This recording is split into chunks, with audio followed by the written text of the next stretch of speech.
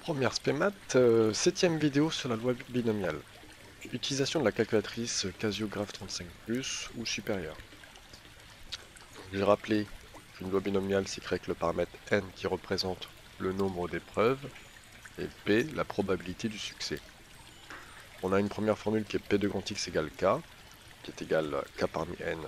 Je rappelle que ça c'est le coefficient binomial qui représente le nombre de chemins pour k succès parmi n possibilités, fois p puissance k fois 1 moins p puissance n moins k. Donc je vais prendre la variable x qui suit la loi binomiale de paramètres 10, n égale 10 et p égale 0,3. En utilisant la calculatrice, il faut d'abord aller menu statistique, donc stat, puis appuyer sur la touche distribution.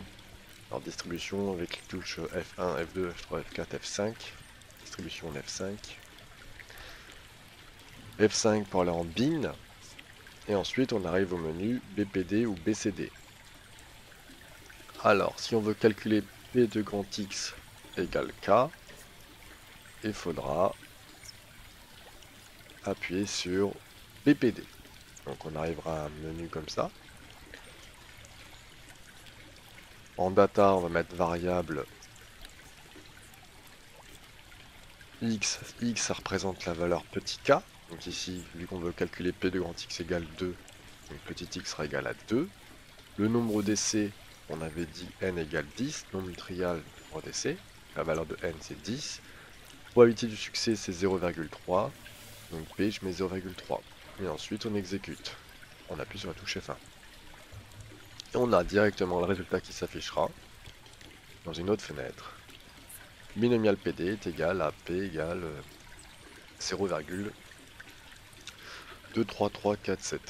Donc souvent on prendra 10-4 ou 10-3. Donc ensuite, si je veux calculer P de grand X inférieur ou égal à K, donc là je vais choisir le menu BCD.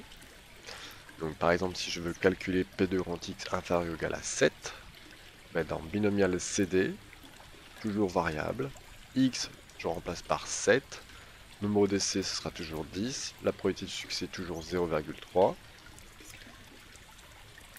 et on exécute, et du coup on aura la valeur de toutes les probabilités inférieures ou égales à 7, qui donnera 0,9984 à 10-4 près.